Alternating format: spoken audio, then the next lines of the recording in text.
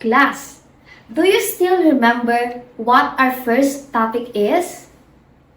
Yes, very good. So, our lesson 1.1 is all about a set of integers.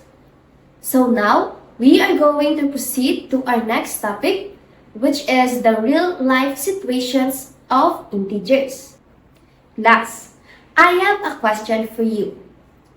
Do you think we can use the concepts of integers into real-life applications? Yes. So, can you give me an example? Alright. So, when we are paying our fare to the manong driver, our fare is considered an integer because our fare is a positive integer. Alright. So, now that you still remember our first topic, we are now going to proceed to the lesson proper of our lesson 1.2.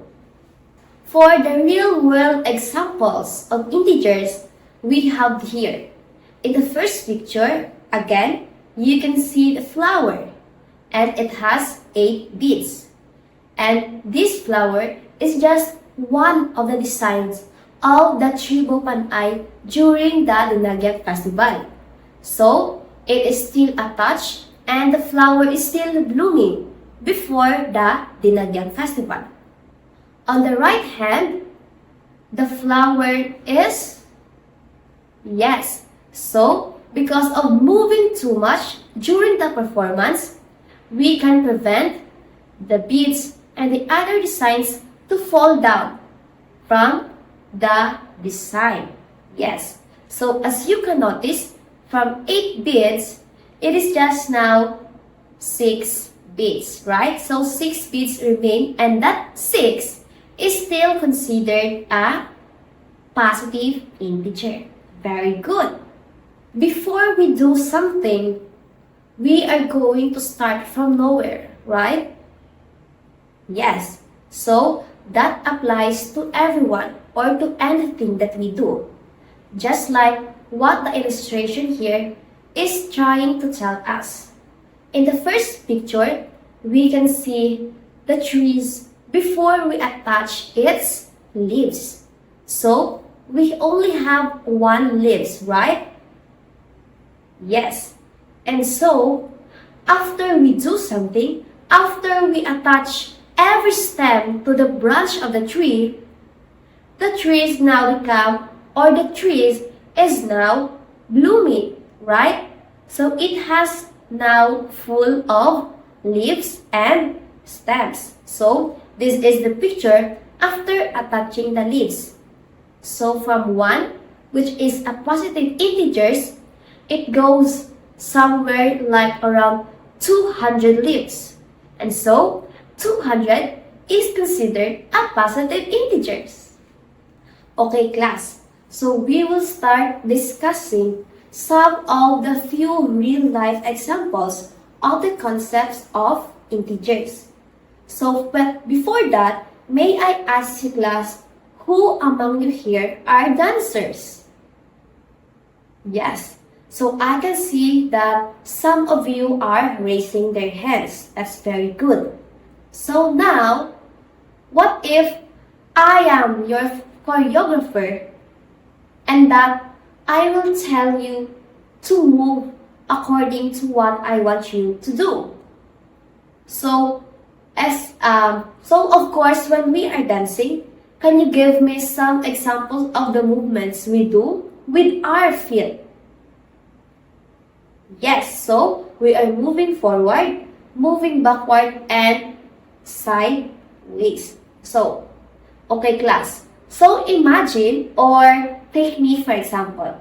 I am the choreographer and you are here. So when you are here, your position will be positive, negative, or 0. Yes, so you will be in 0 because you are a starting point. But if I tell you to move 5 steps backward, are you adding or subtracting your steps? Yes. So from your starting point, you are subtracting, and that is considered a negative integer. Very good. So, from 0, you will now be a negative 5. Very good. Class, have you tried buying anything from any vendor or seller? Right. So, here are few examples of real-life applications of integers. First is R. First and foremost, the pictures I have shown you earlier is one of the headdresses of Tribo Panay during the Dinagyang Festival 2026. And take this illustration or this text you can see in the screen. We have 1,000 pesos. So, imagine that I am the designer of the headdress and that I will be paying for every designs or every beads that I will buy. So, I will imagine class that you are the vendor or the seller. So, if I will give you my 1,000 as my payment for everything that I need, 1,000 is considered a positive. So, 1,000 is considered a positive for you because you have additional income. However, that 1,000 is negative for me because my money lessens 1,000 pesos. And that negative 1,000 pesos is a negative integer. Okay, so another one is, imagine that I have still another 1,000 pesos from my wallet. But on my way back, I have lost that 1,000 pesos. So what do you think is the operation or the sign of my 1,000 because I just lost it? Yes, so now it will be negative 1,000 for me. However, it will be additional 1,000 if you, my students, have picked my lost money. Are we clear? Yes, very good. Yes. Close your eyes and imagine that you are one of the warriors or the dancers in the Tribo Panay. You have won the Dinagyang Festival, the Aliwan Festival, and all the national festivals in the Philippines, and you were given the chance to represent the Philippines in Japan. Yes. So are you still imagining things? Yes, because that is just our imagination. So class, imagine, or should I say, let's go back to reality. So take for example, our weather here in Philippines is 30 degrees Celsius. So is that positive or negative?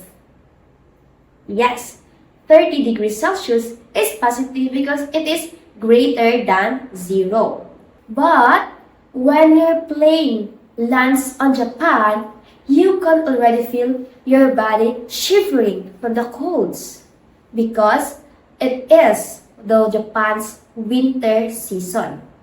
So, you have checked your cell phone and that your notification or your weather updates you that it is now negative 5 degrees in Japan. So class, negative 5 is obviously correct, a negative integer. Now class, it seems that you are all now ready to take our activity because according to our real life examples, you are actively engaged and that you can relate to the situation because you are the warriors or the dancers of the said tribe, right? So now, I want you to get 1/2 sheet of pad paper and answer our activity. So I have 5 situations here, and what you are going to do is that you are going to group the situations into positive, negative, and 0, and then explain why did you do so. Are we now clear? Yes, very good.